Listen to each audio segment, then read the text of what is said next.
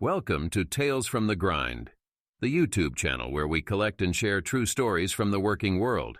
Across the offices, shops, and kitchens of the world, there await you stories of the amazing, curious, and bizarre. Today we feature 6 true tales of job interviews, including one intrepid grinder who turned the tables on the pompous CEO in the best way possible. Tale 1: The Power Play Interview. I had a 3-hour interview where everyone on the interviewing team was friendly, enthusiastic, and made constant comments like, "You'd fit in well here," and "We really need someone with that experience." Then, upper-level management came in. They feigned disinterest, had side conversations, and their comments to me were all in the line of, "Maybe we'll go with you, maybe we'll just outsource, why don't you convince us?" While the team cringed. It was absolutely brutal. I cut them off, saying, "It seems like you've got a great team here, but I'm not interested in working for hostile management."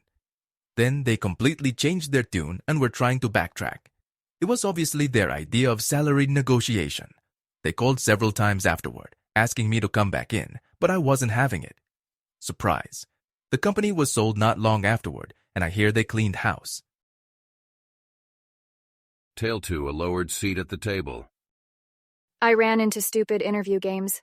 They put me at a low table with a low chair, placed water in a carafe with an empty glass, all just out of reach so that I'd have to stand and reach for it, and then interviewed me as a panel of 6 employees sitting at a tall table with tall chairs. The questions were all more about my character than my skills.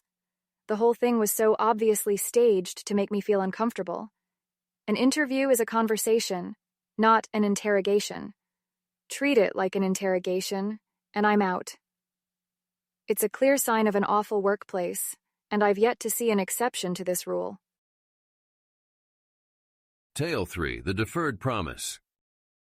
The woman interviewing me asked if I would be willing to take a 3-month deferment while under a probationary period. If after 3 months they didn't like me, they'd let me go and give me a check for 10 cents on the dollar for every hour worked. If they kept me, I'd get a check for all my hours, plus a bonus of $500 for office supplies, but I could only buy out of their selected catalog. I almost laughed in her face. Tale 4: The Bearded Irony. I know an engineer who went to a headhunter for help in finding a job. He was told first thing that he needed to shave off his beard. The headhunter lands him a group interview with an engineering firm. He walks into the room having noticeable tan lines on his face because he just shaved his beard. And each one of the male engineers who were interviewing him had a beard. Tale 5: The Self-Proclaimed Prodigy. The first 30 minutes of the interview was the woman who would have been my boss listing off her accomplishments. She was the director of a tiny museum in a small town where we had just moved to for my wife's job. It was uncomfortable, and the 2 board members present looked even more uncomfortable than I was. I don't know if she was intimidated by me, or if she just liked singing her own praise, but I immediately thought, "You couldn't pay me enough to work for you." After her 30 minutes of self-congratulations, there was approximately half a minute of silence. Then I looked at the 2 board members and said, "Right, were there any questions for me?" I was called that night and offered the position. I turned it down.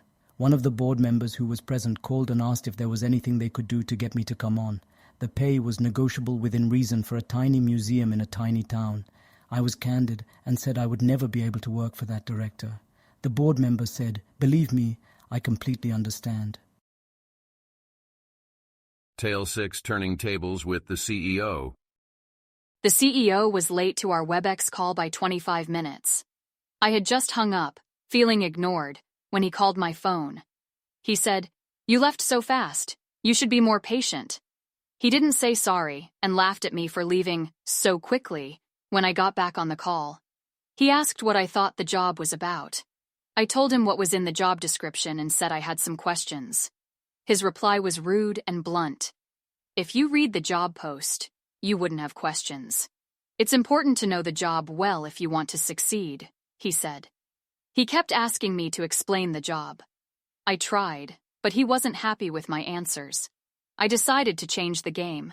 I started asking him detailed questions about the company and their industry challenges. He got instantly defensive and gave long, rambling answers while I just sat there calmly. Good. This was eating up the rest of the time in this silly interview. I kept asking tough questions. He got more and more uncomfortable. Finally, I said, "Knowing your business well is important for success. Thanks. Your answers really help me understand this company." The call ended with the CEO looking uneasy. He didn't really know what he needed for his company. The recruiter called me twice in the next week, but I never bothered to check her messages. I learned everything I needed to know about that place. Years later, I have a great gig with their top competitor, and we've been beating them in the market every year. I saw that CEO in a conference years later. He did a breakout session for about 20 people. He didn't take any questions after. And there you have it. 6 more innocent interviewers accosted by employers with delusions of grandeur, or worse. We're going to be publishing a new set of stories and artwork twice a week, so subscribe to get notified when more true stories from the workplace get published.